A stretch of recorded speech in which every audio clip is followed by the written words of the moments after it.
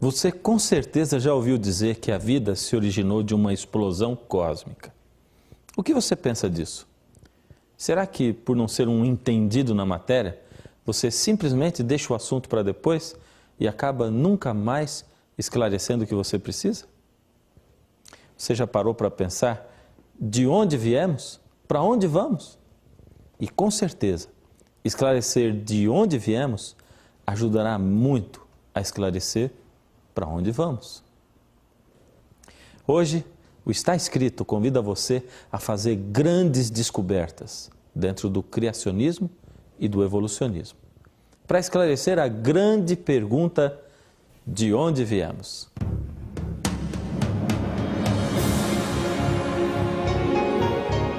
Ele permaneceu através dos tempos. O livro de Deus, a Bíblia. Indispensável em nosso mundo complexo. Está escrito. Transmitindo esperança ao redor do mundo. Apresentado por Fernando Iglesias. Hoje, a origem da vida. Você já notou que vivem dizendo que tudo evoluiu a partir de seres unicelulares? Mas o que é um ser unicelular? Sim, é lógico que todos nós sabemos que seres unicelulares são aqueles que só têm uma célula. Mas será que um ser unicelular é assim tão simples para ter aparecido do nada? A biologia é a ciência que estuda os seres vivos de forma geral. Ela estuda as plantas, os animais, os micro-organismos, como as bactérias, fungos, leveduras. É uma área de estudo bastante ampla, inclusive estuda o ser humano.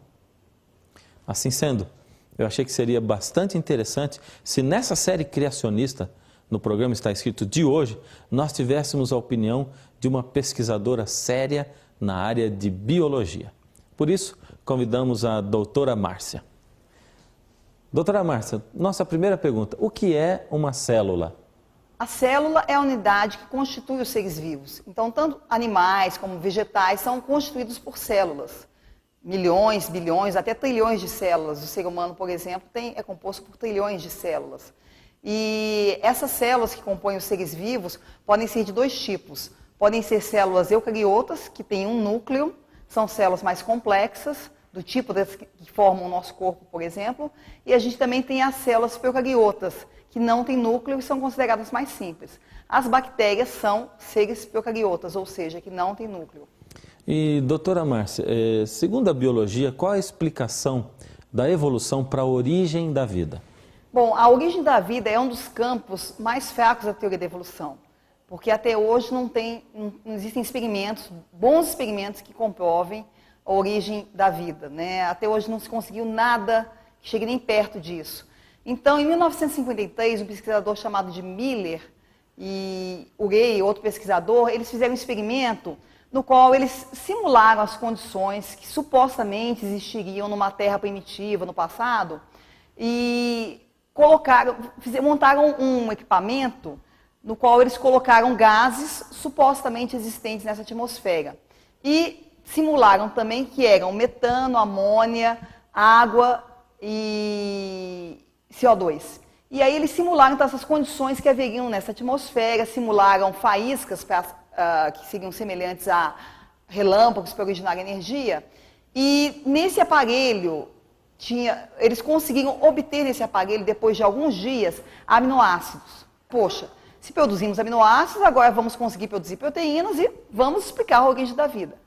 Só que o grande problema foi, a partir desses aminoácidos não se conseguiu praticamente mais nada. Ano passado completou meio século, 50 anos desse experimento Miller. E algumas publicações, inclusive, como revistas, começaram a mostrar como essa área de pesquisa da evolução, da origem da vida, está realmente empacada, não se conseguiu quase nada. Pelo contrário, o que se vê hoje em dia, cada vez mais, é que os seres vivos, as células, são muito mais complexos do que se imaginava a princípio. E cada vez fica mais difícil de você explicar a origem desses seres a partir de substâncias inorgânicas no passado. E sabe de uma coisa, doutora Márcia? Isso é uma novidade para muitas pessoas.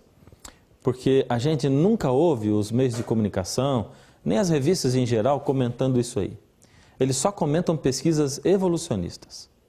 E de acordo com o que nós vimos nos outros programas dessa série, a teoria da evolução afirma que o primeiro ser vivo foi uma bactéria, uma célula só. E fala isso como se uma bactéria fosse um ser muito simples e descomplicado que poderia ter surgido do nada.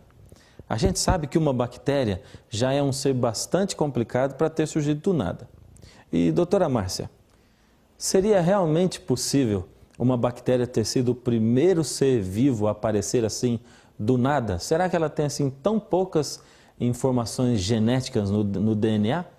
Quanto de informação genética tem no DNA de uma bactéria? Ou seja, quantos genes? Gene é aquela unidade que vai produzir uma proteína e vai assim dar uma característica para o organismo, né? Então, por exemplo, nós temos olhos azuis porque nós temos genes que determinam a coloração azul do olho ou a coloração escura do olho. Então, as bactérias, só para comparar, uma bactéria muito simples, a mais simples que se conhece é a Mycoplasma genitalium. Essa é uma bactéria parasita e ela possui cerca de 471 genes. Então, vocês vejam que isso daí é muita informação genética, uma quantidade muito grande de informação genética.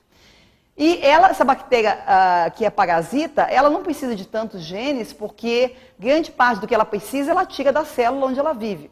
Mas vamos ver então uma bactéria de vida autônoma, ou seja, que sobrevive por si própria. A Escherichia coli é um bom exemplo, é uma bactéria que vive dentro do intestino humano e ela é considerada então autônoma, consegue viver independente de outras células. Ela tem cerca de 4.288 genes, ou seja, muita informação genética. Então, quando a gente pensa em informação genética, de onde veio essa informação genética? Quando você pensa em informação, tipo palavras, linguagem escrita, alguém criou essa informação. Então, quando você pensa em informação genética também, como é que essa informação genética pode ter surgido do acaso? Isso é uma das grandes dificuldades que a teoria da evolução tem para explicar. Exatamente. Inclusive, doutora Márcia, tem uma coisa muito interessante. Eu estava observando outro dia que dentro da teoria evolucionista, o que a gente mais vê é o termo se. Se acontecesse isso, se acontecesse aquilo, são todas suposições. Então, vamos seguir um modelo evolucionista por uns momentos e supor. Outro dia eu ouvi falar de um negócio diferente, uma tal de sopa primordial. Já ouviu falar nisso? Depois eu descobri que esse negócio de sopa primordial é mais ou menos o seguinte. Para que o primeiro ser vivo pudesse vir a existir, ele precisaria, antes de tudo, de ter as condições mínimas, como os gases necessários, as condições climáticas, uma infinidade de outras coisas, para que ele viesse a existir. Essas condições iniciais, todas são chamadas sopa primordial. Só isso já é bastante impossível de ter ocorrido, todas essas coisas ao mesmo tempo. Mas a teoria da evolução trabalha com o acaso, com probabilidades, ou seja, é a própria loteria da vida. Vamos entrar um pouco mais nas suposições do evolucionismo. Se dessemos condições a essa tal chamada sopa primordial, com todos os elementos, qual seria a probabilidade de dessa tal proteína funcional com informação genética ser produzida assim ao acaso? Doutora Márcia, dá para calcular assim em números as chances que ela teria de aparecer do nada? Bom, então esse é um dos grandes problemas para a teoria da evolução, a origem da informação genética. Porque uma coisa é você produzir uma proteína, por exemplo, se você tivesse aminoácidos num oceano primitivo, juntar os aminoácidos ao acaso e ter uma proteína. Outra coisa é você ter uma proteína com uma função. Para você ter uma proteína com uma função, você precisa de ter uma sequência de aminoácidos específica. É a mesma coisa, por exemplo, que se você quiser fazer um sorteio para escrever uma palavra da língua portuguesa, vamos supor, laboratório. Você quer escrever essa palavra, então, mas você não vai, você tem que sortear essas letras.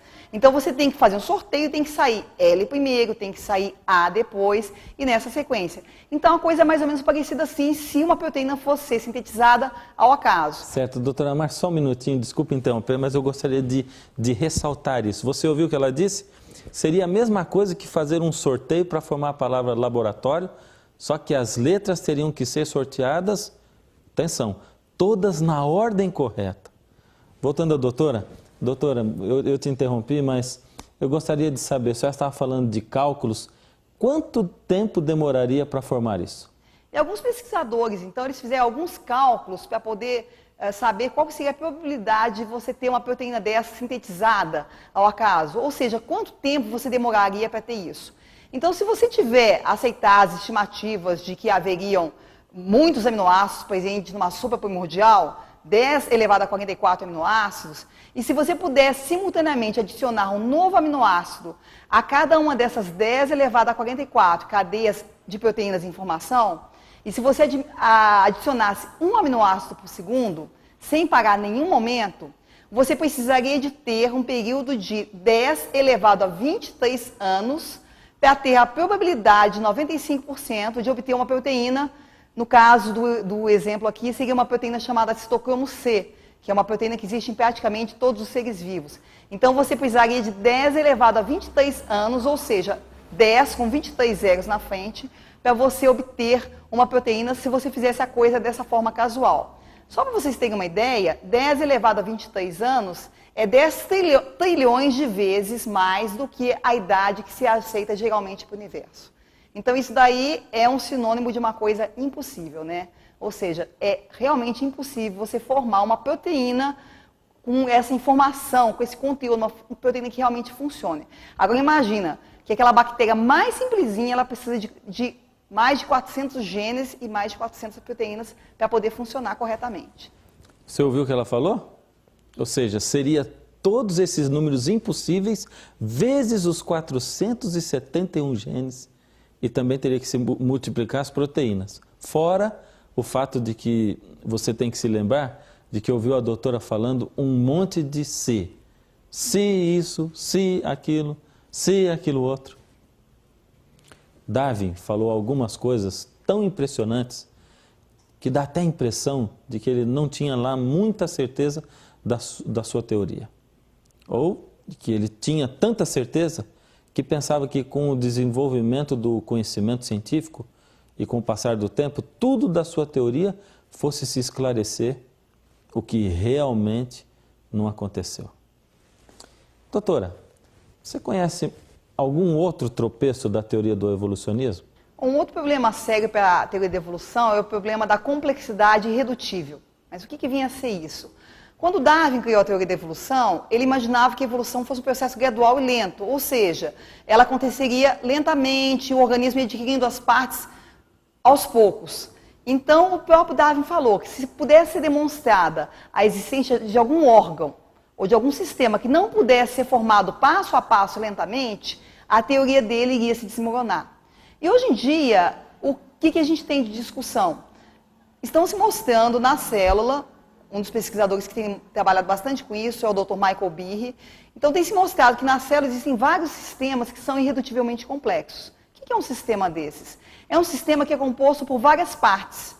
E essas partes todas interagem. E se eu tirar uma dessas partes do sistema, esse sistema para de funcionar. Então, como é que esse sistema poderia surgir gradualmente, lentamente, da maneira que Darwin queria? Seria difícil isso acontecer. Então, para a gente ter uma ideia de um sistema irredutivelmente complexo, eu vou dar o exemplo de um sistema simples como uma ratoeira, que é composta de várias partes. Aí está mostrando, então, a plataforma da ratoeira. Depois a gente vê aí que você tem o batedor da ratoeira, né? O martelo. A gente também tem a mola, que é importante para bater esse martelo, né? Depois a gente tem a barra de retenção, que vai segurar o martelo para ele não bater. Depois a gente tem também o suporte para você colocar a sua isca, né? E você também tem vários grampos que vão manter esse sistema unido. Então imagine, o que você poderia tirar de uma ratoeira? Ah, ainda faltou a isca, né? O queijinho. Aí. Então, o que você poderia tirar dessa ratoeira de modo que ela continuasse a funcionar? Se você tirar a mola, não vai ter como bater. Se você tirar o martelo, o rato não vai morrer. Se você tirar a isca, o rato não vem para comer o queijo, né? Se você tirar a plataforma, onde é que esses elementos vão se fixar? Então, a gente vê que a ratoeira é um tipo de sistema irredutivelmente complexo, ou seja, ela só funciona se todas as partes estiverem juntas. E hoje em dia está se mostrando cada vez mais que nós temos vários sistemas proteicos na célula que são formados por são sistemas irredutivelmente complexos, ou seja, formados por vários subcomponentes proteicos e que só funcionam se todos eles estiverem juntos. Um exemplo na célula que a gente pode citar é o exemplo do flagelo, ou de um cílio, que é muito parecido. Aí está mostrando a estrutura de um flagelo de uma bactéria. Os flagelos são importantes para as bactérias e também existem em protozoários porque eles fazem com que essa bactéria consiga se mover. Então a gente está vendo nesse desenho ainda a parte do gancho que insere o flagelo dentro da membrana da bactéria. E a parte do filamento. Já por sua vez, esse filamento é formado por várias outras proteínas, várias outras partes, que tem que estar todas juntas para que esse flagelo possa funcionar de forma adequada. Então, como é que a gente poderia ter a origem de um flagelo desses? Se uma das proteínas que forma o flagelo estiver ausente, o flagelo não funciona. Como é que esse flagelo poderia ter surgido lentamente no processo de evolução darwiniana? Isso realmente é uma coisa muito complicada, muito difícil para a teoria da evolução explicar. Exatamente. Essas são algumas das perguntas para as quais o evolucionismo não tem resposta. Estudando assim a biologia, estudando tanto e vendo que as evidências mostram cada vez mais que Deus é o Criador, será que a fé fica muito mais simples assim? Com todas essas evidências, alguém pode até pensar que é quase possível provar a existência de Deus. É realmente assim? Será que daqui a pouco nem precisaremos mais ter fé, pois conseguiremos provar a existência de Deus? Doutora, uma pergunta para a senhora. Por que a senhora acredita em Deus? Eu acho que Deus nos mostra, na natureza, muitas evidências de planejamento. E a gente vê evidências desse planejamento nas coisas que foram criadas por Deus. Mas eu acho que Deus também não quer que a gente apoie a nossa fé só naquilo que a ciência está mostrando. Poxa, é impossível a vida surgir por acaso, então por isso eu acredito em Deus. Não, a sua crença em Deus tem que ser além disso, ou seja, eu acredito em Deus por uma série de motivos. Eu acredito em Deus porque Ele atua na minha vida, porque eu vejo as transformações que Ele fez na minha vida e faz na vida de outras pessoas. Mas Deus é bom, Deus também me dá evidências na natureza de que Ele existe. Mas não são provas, veja bem, porque provar criação ou provar revolução são coisas impossíveis. Mas Deus dá evidências de que realmente Ele está presente, de que existe planejamento na natureza. Então isso daí são coisas que podem firmar a nossa fé em Deus, ajudar a firmar a nossa fé em Deus e em um Deus Criador. Doutora Márcia, muito obrigado pela sua participação. E agora eu gostaria de conversar com você. Você sabe que o Sol está constantemente queimando em combustão. E ele queima combustível e queima para continuar iluminado. Na verdade, o Sol gasta 5 bilhões de toneladas de hidrogênio por segundo para realizar essa fusão atômica, transformando o hidrogênio em hélio. O hélio é como se fosse a cinza do Sol. É assim que o Sol gera luz, calor e energia, ajudando a manter a vida aqui na Terra. Mas de onde vem esse combustível todo que o Sol queima? Talvez você pense, bem, o combustível está lá no espaço. Desde 1610, quando Galileu observou o Sol com um telescópio refratário, o Sol continua do mesmo tamanho. Segundo os astrofísicos, há uma fonte desconhecida dessa energia, desse combustível. Porque durante um século, o consumo de hidrogênio causado por todas as estrelas acabaria com o hidrogênio que as alimenta e que está no universo. Êxodo, capítulo 3, verso 2, diz o seguinte, procure comigo em sua Bíblia. É o segundo livro da Bíblia, Êxodo, capítulo 3, verso 2. E apareceu o Senhor em uma chama de fogo no meio de uma sarça, um arbusto. E olhou, e eis que a sarça ardia e não se consumia. Deus, a cada dia, repete para nós o milagre da vida e da manutenção da vida. Deus não é apenas o Criador da vida, Ele é também quem mantém a vida. Atos, capítulo 17, verso 28, é o outro verso que nós temos. Atos, capítulo 17, verso 28. Pois nele vivemos e nos movemos e existimos. Alguma vez em sua vida você já experimentou o milagre da fé? Já conseguiu olhar para os céus e enxergar as ações de Deus em sua vida? Mas com certeza você pelo menos se perguntou se Deus existe ou não. Com certeza nos seus momentos de crise íntima você já olhou para dentro de si mesmo e clamou. Pois faça isso hoje. Pergunte a Deus se Ele existe mesmo. Faça uma prova com Deus. Olhe para cima e diga: Deus, se o Senhor existe mesmo, toque a minha vida, faça-me sentir de alguma maneira na sua presença. Nem que seja por sonho. Mas faça mais ainda. Diga a Ele o seguinte: Senhor, se o Senhor tocar a minha vida hoje, eu prometo que eu vou procurar conhecer melhor a sua palavra e a sua vontade. Sabe, é disso que Deus gosta. Compromisso. Comprometa-se com Ele se Ele tocar a sua vida. Não vincule a sua busca de Deus com bênçãos materiais, como muitos estão fazendo hoje em dia. Não seja interesseiro com Deus. Não fique aí dizendo: Deus, me dê dinheiro, emprego e eu vou procurá-lo. Me dê saúde, eu vou procurá-lo. Quem procura a Deus por interesse, por dinheiro, algumas vezes até encontra o dinheiro, mas não encontra Deus. Deixe Deus tocar a sua vida.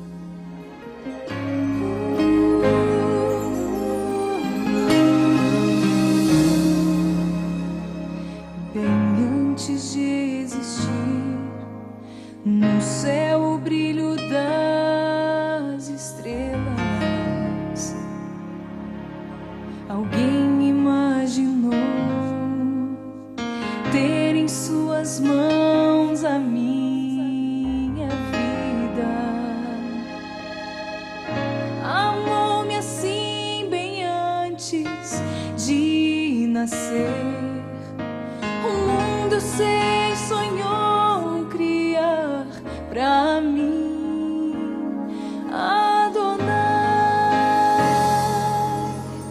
Tu és o meu Pai, sim, eu creio.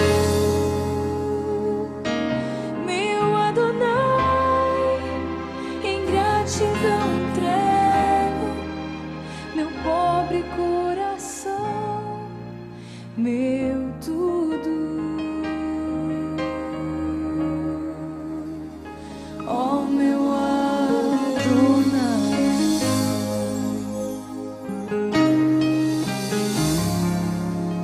com minha insensatez eu rejeitei viver tua vida. Fui fraca e me perdi, mas mesmo assim tua morte salvou-me. Hoje em teu trono estás tão distante, mas sei que em mim pra sempre reinarás. Adonai, Tu és o meu Pai, sim, eu creio. Meu Adonai,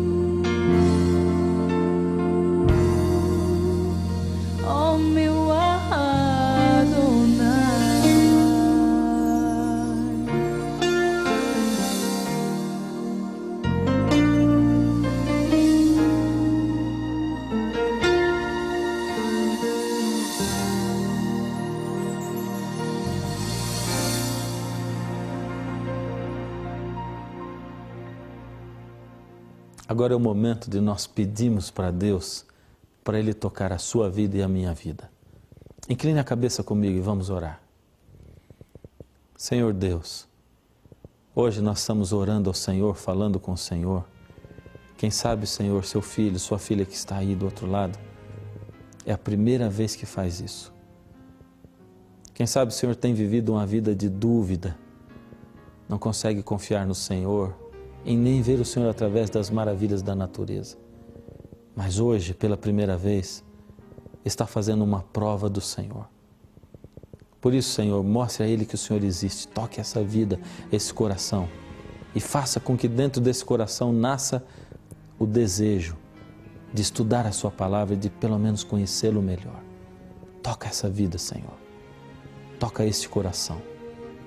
Confiamos no Senhor, que o Seu Espírito já está fazendo o trabalho. E é por isso que agradecemos, Senhor, como nunca antes, no doce e sagrado nome de Jesus. Amém. Muito bem, chegou a hora de dizermos adeus. Aliás, não adeus. Até o próximo programa. Mas não se esqueça, está escrito, nem só de pão viverá o homem, mas de toda palavra que sai da boca de Deus.